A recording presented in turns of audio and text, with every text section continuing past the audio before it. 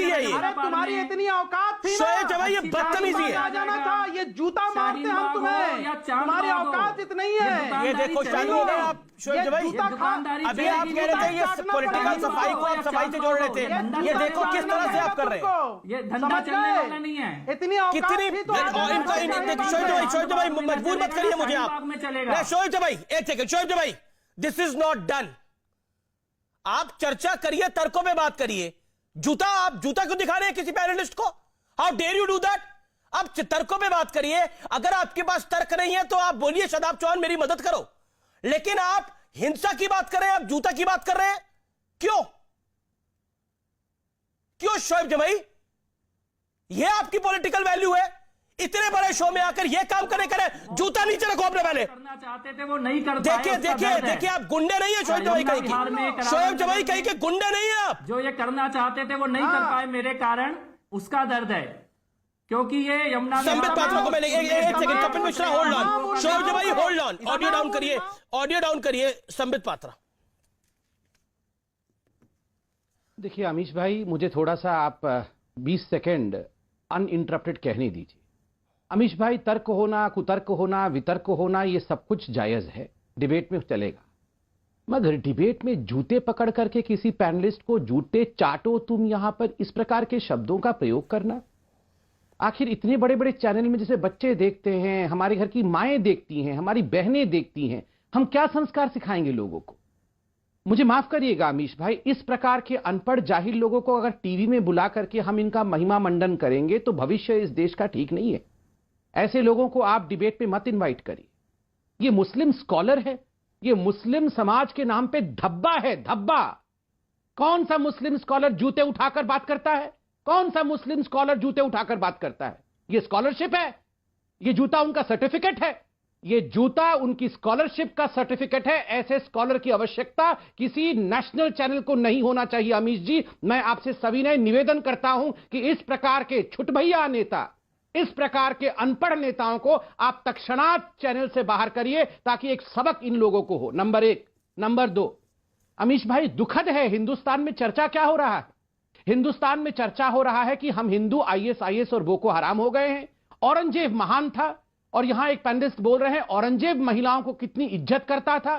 औरंगजेब के जमाने में महिलाओं को न्याय मिलती थी, हिंदुस्तान में मोदी जी तो न्याय नहीं देते। वाह, खाते हिंदुस्तान का है, रहे हिंदुस्तान में रहे, और कह रहे हैं कि औरंगजेब महान था।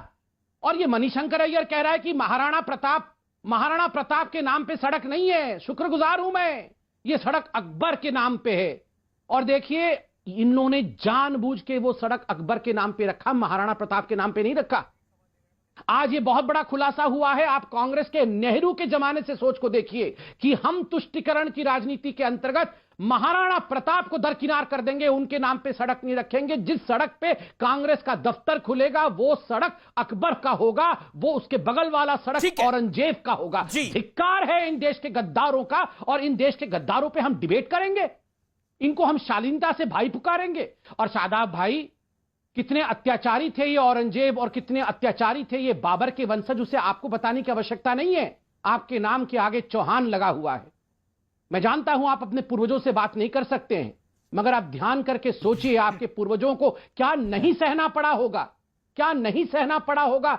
आप आज शादाब चौहान हैं, बहुत कुछ सहा होगा उन्होंने। कम से कम अपने पूर्वजों के ऊपर तो आप कृपा करिए। ये हंसने का विषय नहीं है। ये जो शीशगंज गुरुद्वारा है, आप जानते हैं शीशगंज गुरुद्वारा क्यों बना है? संबित भाई सुन लीजिए, अब वहां जो 9वें गुरु थे, वहां जो गुरु तेग बहादुर जी थे हमारे। एक मिनट, मैं सिख धर्म के बारे में बात कर रहा हूं, आप बीच में मत चिल्लाइए। मैं गुरु तेग बहादुर के गुस्ताखी में कुछ मत कहिए। मैं गुरु तेग बहादुर जी के विषय में कह रहा हूं, 10 सेकंड सुन लीजिए। आदरणीय गुरु तेग बहादुर जी के शीश को किसने काटा था? किसने काटा था आदरणीय गुरु जी के शीश को? गुरु तेग बहादुर के शीश को जमीन में गिराने की हिम्मत की थी औरंगजेब ने। शीशगंज गुरुद्वारा उनके नाम पे। 4 शहजादों को मैं नमन करता हूं, 4 शहजादों को। 4 शहजादों को दीवार में चुनवाने का काम किसने किया था? मुगलों ने किया था। इन मुगलों ने किया था 4 शहजादों को दीवार में चुनवाने का काम। आप अगर वो प्ले होता है, आप अगर वो किताब भी पढ़ लेंगे या वो प्ले देख लेंगे, तो आपकी आंखों में आंसू आ जाएंगे, झरझर आप रोएंगे। अरे सलाम है उन 4 शहजादों को, छोटे छोटे उम्र में बच्चे शहीद हो गए धर्म को बचाने के लिए। और धिक्कार है इस राहुल गांधी को, 60 साल का होने वाला है, अपने धर्म को बेच करके, अपनी मातृभूमि को बेच करके शहजादा बनना चाहता है। ठीक है, शहजाद चौहान इसका जवाब देंगे, लेकिन आचार्य प्रमोद कृष्ण भी मेरे साथ जुड़ गए हैं। लेकिन जो चर्चा के अंदर आपने शोहेब जवाई किया, आप पढ़े लिखे डॉक्टर है, स्कॉलर है, और स्कॉलर होने के बाद आप इस तरह की हरकतें कर रहे हैं। हो सकता है आपको एक सस्ती लोकप्रियता मिल जाए आज टेलीविजन के अंदर, हो सकता है कि आपको ट्विटर पर और फेसबुक पे चंद छुट भैये इसकी तारीफ करते हुए देखें कि क्या माल करा आपने, कपिल मिश्रा को जूता दिखा दिया, कमाल करा आज आपने कपिल मिश्रा को जूता दिखा दिया। लेकिन यह बात सोच लीजिएगा कि यह तर्क भी आएगा कि आपके पास शब्दों के बाण कम थे, इसलिए आपको मारधाड़ पे उतरना पड़ा एक चर्चा के अंदर। हो सकता है कि आपको दुबई से इसकी तारीफ मिले, पाकिस्तान से इसकी तारीफ मिले, भारत में भी कुछ लोग इसकी तारीफ कर दे, लेकिन इस देश की संस्कृति जूते वाली नहीं है। इस देश की संस्कृति वो वाली है जिसमें 14 साल का वनवास अगर भाई को मिल जाता है तो दूसरा भाई खड़ा हो रखे उसका इंतजार करता है। इस देश की संस्कृति जूते वाली नहीं है। इस देश की संस्कृति आप अपने भाइयों को नमन वाली है। आप तर्क पे बहस करते, जूता दिखा के क्या हासिल करा आपने?